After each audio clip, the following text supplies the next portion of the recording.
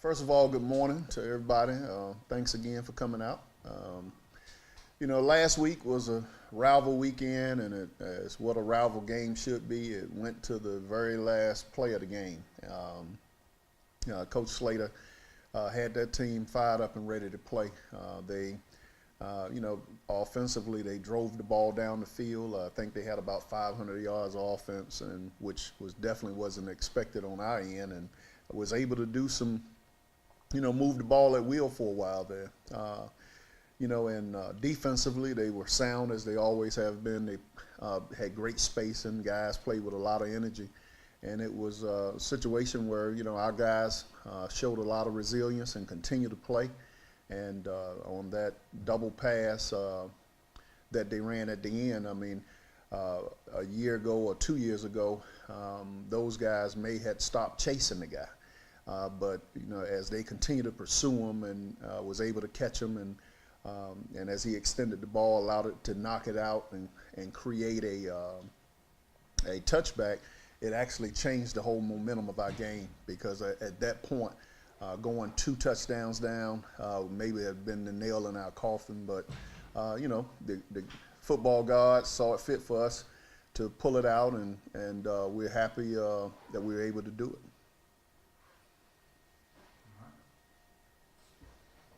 Emotional week and everything, big win.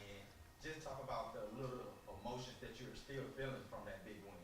Well, it's a game that's overdue for our student body and for our community. This is a game where families have my family that's there from Tuskegee.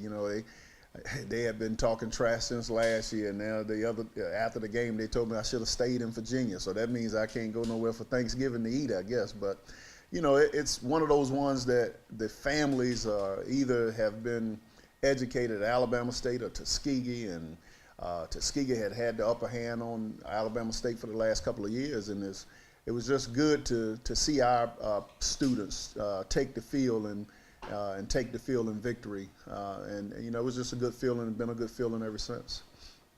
You got Auburn coming in, so you got to put Tuskegee behind you. Just talk about the emotions of being able to play big SEC school and travel up the road to face Auburn. Well, it's one of those situations where now we have to go in and be in role reversal where Tuskegee was to us. Now we have to go and play up where teams have more, and the expectation is that they should just roll over top of you. The resources, more resources, the bigger opportunity, bigger players. So now we in the role reversal. So we have to go in there with the energy that Tuskegee came in here with, and play hard and play and represent our university, and play, as I told all the young men before, we're not going in to play Auburn. We're going in to play the names and the helmets. If you go in and play Auburn, you don't have a chance. But if you go in and play the individuals in the helmet, I think we can match up in certain positions and create some energy where we can give them a game. What experience in coaching you had in the past in this type of situation that you're relating to the guys now? I've coached programs and gone against Maryland, gone against Rutgers, gone against your Akrons, but I've never coached against a team that beat the national champion. So, that speaks for itself there. Auburn beat Alabama, and so we have to go in and like I tell you young guys, sometimes you got to watch what you pray for. So when we watching the game, you probably prayed that you would just have that opportunity to play at that level. Well, come Saturday, your prayer will be answered. So you'll be able to line down and play against some of the top talent and caliber athletes in the country. Coach, what are some of the things that you think you need to tell your players in order to have them not play what's on the helmet and just play the guy in front of them? You have to constantly keep reiterating that all week. You have to talk to them all, look at the stats. Most of these guys are either from the same high schools or they commingle together as they go out to their clubs or whatever they do.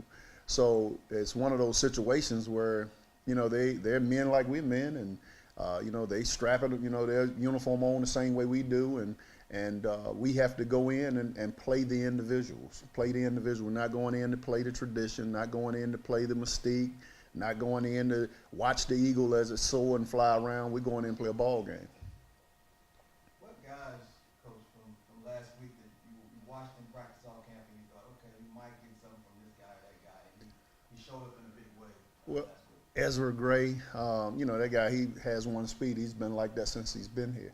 And his confidence and stuff has grown. And again, he was all purpose for us. You know, your Ricky Haley's and Santana's, you know, those guys really stepped up when they needed to. Dennis Roberts.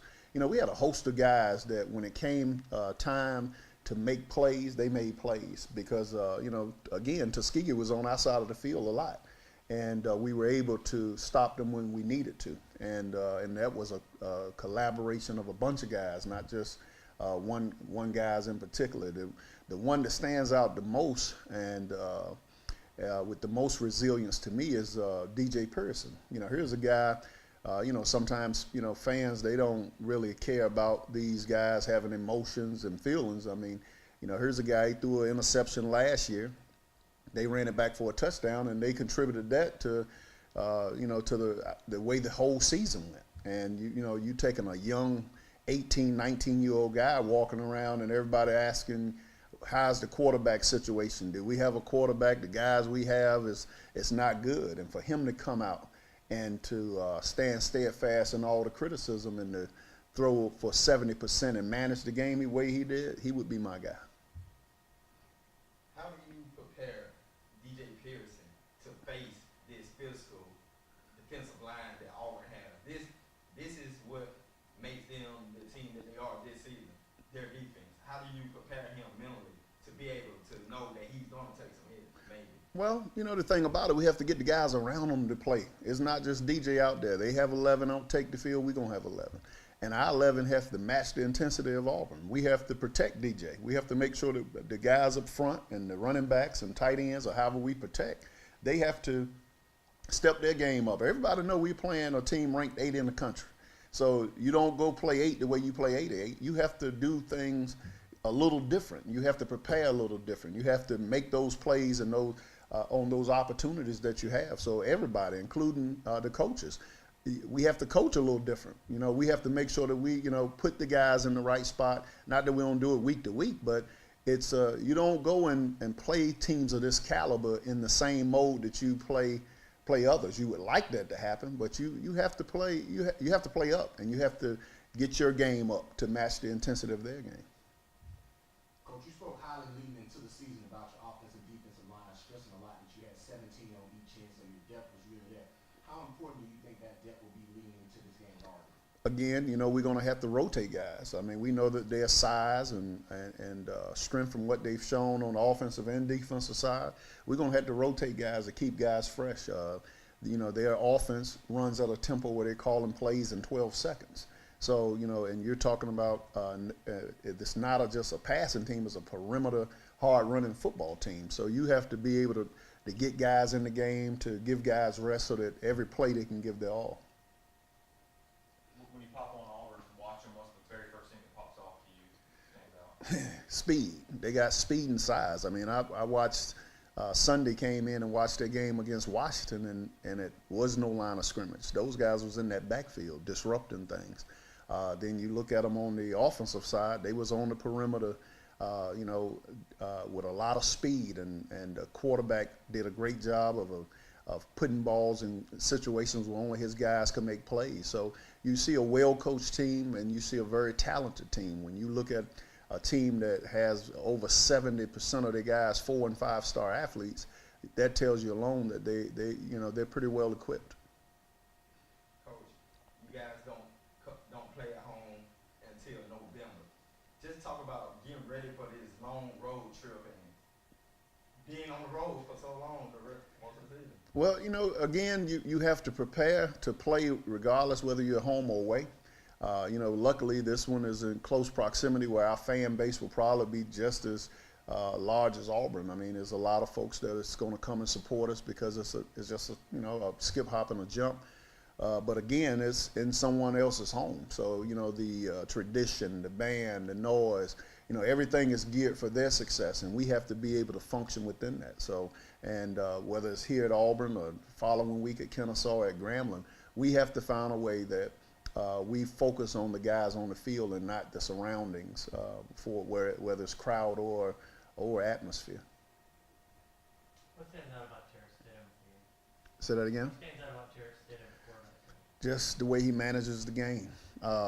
He does a great job of managing the game. I watched him last year and saw, you know, sometimes when he got on the hills, you know, as a young kid would, made some bad decisions, but he's not doing that this year. He's more of a pocket guy. He's not just taking off running, which he can run, but he is managing the game, and those guys believe in him. Just talk about what does this mean for your program to get a national televised game that's on SEC Network. That what it's going to mean for this program and recruiting and getting more players and knowing that going to a HBCU, I can play national televised games too. Well, you know, again, that's all part of it. The visibility of the program, being able to be in 12 million households. You know, you can't pay for that. You know, and the program is just a small portion of what will be exposed. You're talking about the university and what we offer academically.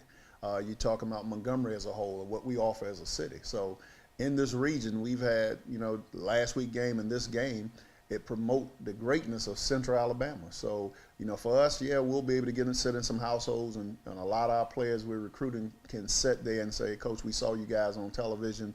We want to be a part. Or, you know, the parents get an opportunity to see, you know, our program. So you can't pay for that. That's priceless. But more importantly, we get a chance to line down against a good football team and to use that platform to promote our university.